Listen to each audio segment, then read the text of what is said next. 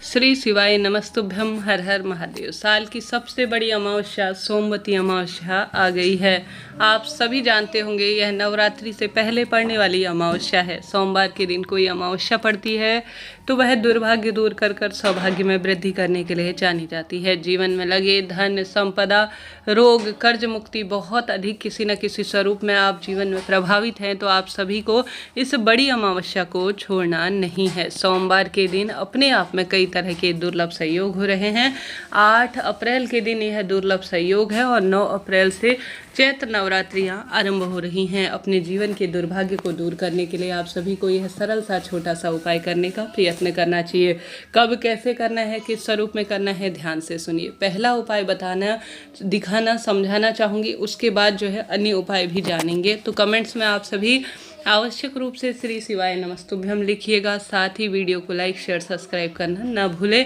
आरंभ करते हैं। जैसे कि गुरुजी ने कहा है कि नवरात्रि से पहले पड़ने वाली अमावस्या की जो है रात को अपने घर पर दरवाजे पर आप सभी को यह उपाय करना है। कहीं नहीं जाना, घर पर करना है। जैसे आज अमावस्या है, आज रात के समय शाम के समय आप सभी को यह प्रयोग करना है। यह प्रयोग करने में कई बार गलती हो जाती है, परंतु सही नियम के तहत आपके कोई प्रश्न हो तो भी आप पूछ सकते हैं। तत्काल ही आप सभी सवालों के जवाब प्राप्त करेंगे।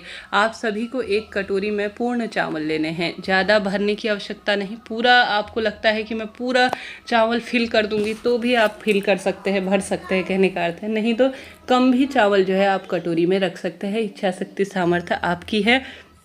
उसके बाद प्रश्न आता है कि दीदी इसको किस तरफ हमें रखना चाहिए। तो चावल की कटोरी हो या कोई पूजा पाठ का उपाय दाहिने हाथ की ओर ही शुभ माना जाता है। आप अपने दाहिने हाथ की तरफ जो है इसे रखें तो यह ज़्यादा शुभ होगा। अब कपूर के टुकड़े कितने रखने हैं? कपूर के टुकड़े इच्छा शक्ति आपकी है। आप 2 रखना चाहें 2 रखें, 1 रखना चाहें 1 रखें, इच्छा आपकी है। अब आपको इसे जलाना कब है? आप सभी को जो है श्री शिवाय नमस्तुभ्यम मंत्र का जाप कर अपनी कुल देवी देवता अपने पितृ इष्ट का ध्यान कर आप सभी को जो है इस कटोरी के ऊपर कपूर को चाहे तो रात्रि में ही जलाए चाहे तो सुबह जलाए। कहने का अर्थ है रखना आपको रात भर है, अमावस्या की रात में रख कर छोड़ देना है। ठीक है जी, रख कर छोड़ दिया। उसके बाद आप सभी रात को भी जला सकते हैं, सुबह भी जला सकते हैं। बस इस बात का ध्यान रखना है। अपने पितृ देवताओं का स्मरण करें और साथ ही श्री शिवाय नमस्तुभ्यम मंत्र का जाप करें। अब इसके बाद जो है आप सभी को रात भर तो इसे रखकर छोड़ देना है। सुबह के समय ब्रह्म मुहूर्त में आप सभी को उठ जाना है। अब नवरात्रि का प्रथम दिन है तो स्नान इत्यादि आप करेंगे ही। अब इसमें यह भी प्रश्न आता है कि दीदी घर के बाहर वाले गेट पर इसे रखना है या घर के अंदर वाले गेट में। तो आप सभी को बताते हुए चलूँ कि आप सभी बाहर वाले बिल्कुल बाहर गेट पर रखेंगे तो रात भर में ही कोई चिड़िया कबूतर या कोई वन्य जीव जंतु या कोई जो है ऐसे दिव्य मानुष जो इसे ले जाएंगे वह अपने साथ उठा ले जाएंगे। तो ऐसी स्थिति में आप सभी इसे अपने घर के अंदर की तरफ के दरवाजे पर भी रख सकते हैं, कोई दोष नहीं है। फ्लैट वगैरह में रहते हैं तो वहाँ पर तो यह विशेष बात ध्यान रखने योग्य है। अब आप सभी को इस दिन जो है अमावस्या की रात को करना है तो पितरों के नाम का एक लंबी बत्ती का दीपक लगाएं। चाहे तो अपने घर की रसोई में लगाएं, चाहे तो अपने घर के दरवाजे पर लगाएं, इच्छा आपकी है। तत्पश्चात आप सभी जो है पितरों के नाम का दान पुण्य पूजा पाठ करने के बाद सुबह के समय जो नवरात्रि का प्रथम दिन सुबह होगा ब्रह्म मुहूर्त में, उस समय आप सभी को इसे ले जाकर जो है आवश्यक रूप से किसी भी पवित्र पेड़ के नीचे, सोमवार का दिन है पीपल वृक्ष के नीचे भी जा सकते हैं, आंवला वृक्ष, शमी वृक्ष या आसपास केले का पौधा हो, कुल मिलाकर किसी भी पवित्र पेड़ के नीचे इन चावलों को कपूर के साथ ही, भले ही कपूर पूरा जला हो या ना जला हो, परंतु आपको इसे छोड़कर आ जाना है। वहाँ चिड़िया कबूतर जो भी होंगे इसे ग्रहण कर लेंगे। कई भक्तजन इस उपाय में यह भी करते हैं कि कपूर और चावल को घर में घुमा लेते हैं। हालांकि गुरुजी ने यह तो नहीं कहा, परंतु इच्छा शक्ति सामर्थ्य आपकी है। आप इसे अपने घर पर घुमाना चाहें तो घुमा सकते हैं। ठीक है जी, यह बात हो गई आपको करने की। और साथ ही इस उपाय में ध्यान रखिएगा, कटोरी इत्यादि आप अपनी ले सकते हैं। मिट्टी की, तांबे की, स्टील की, जैसी कटोरी है वह ले लीजिए, कोई दिक्कत की बात नहीं है। ठीक है जी, यह बात हो गई चावल और कपूर के।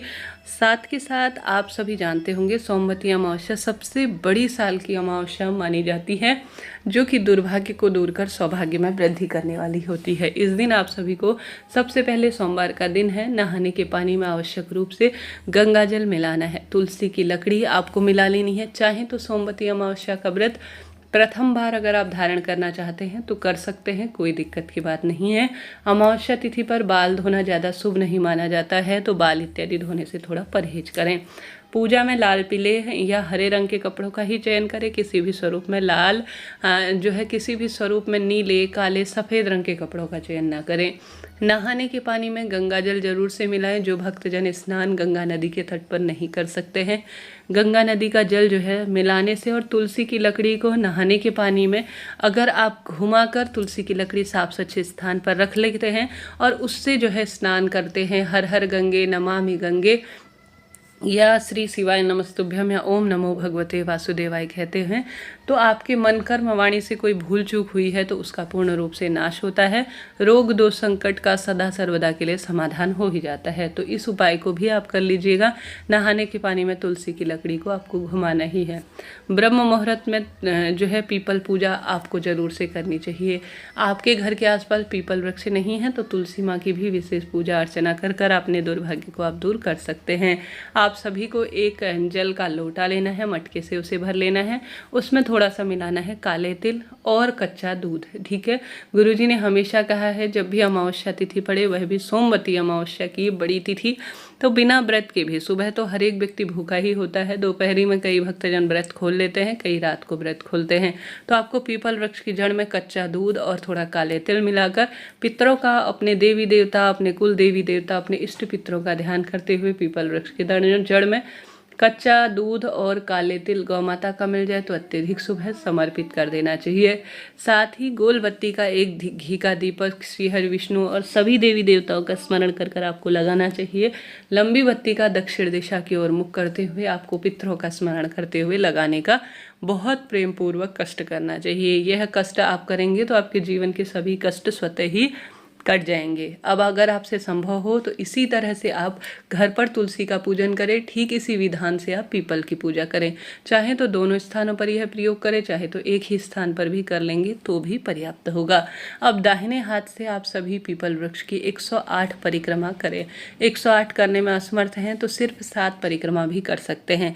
कई भक्तजन जो है भवरी देते हैं, अर्थात कोई भी दान के लिए सामग्री लेते हैं, ड्राई फ्रूट, सूखे मेवे, टॉफ़ी, बिस्किट, दान के लिए जो लेना चाहते हैं उसे जो है एक एक करके दाहिने हाथ से बाएं तरफ को घूमकर आप सभी जो है एक बार एक कटोरी में उन चीज़ों को इकट्ठा करते जाएं। 108 इकट्ठा हो जाए तो किसी धोबिन को या किसी ब्राह्मण को या किसी जो है भानीज, अपने नंद इत्यादि को इसे दान में आप सभी दे सकते हैं जी। यह ऐसी बात है जो अपने आप में अद्भुत है। इस दिन 108 वस्तु का दान करना, 108 परिक्रमा करना, 108 की संख्या में कोई भी उपाय दुर्भाग्य को दूर करता है। एक समय का भोजन पंडित ब्राह्मण जी को दान में दीजिएगा। शिव पूजा विशेष तौर पर कीजिएगा। सोमवार का दिन है तो अपने आप में दुर्भाग्य दूर होगा। कैसा लगा वीडियो बताइएगा जरूर।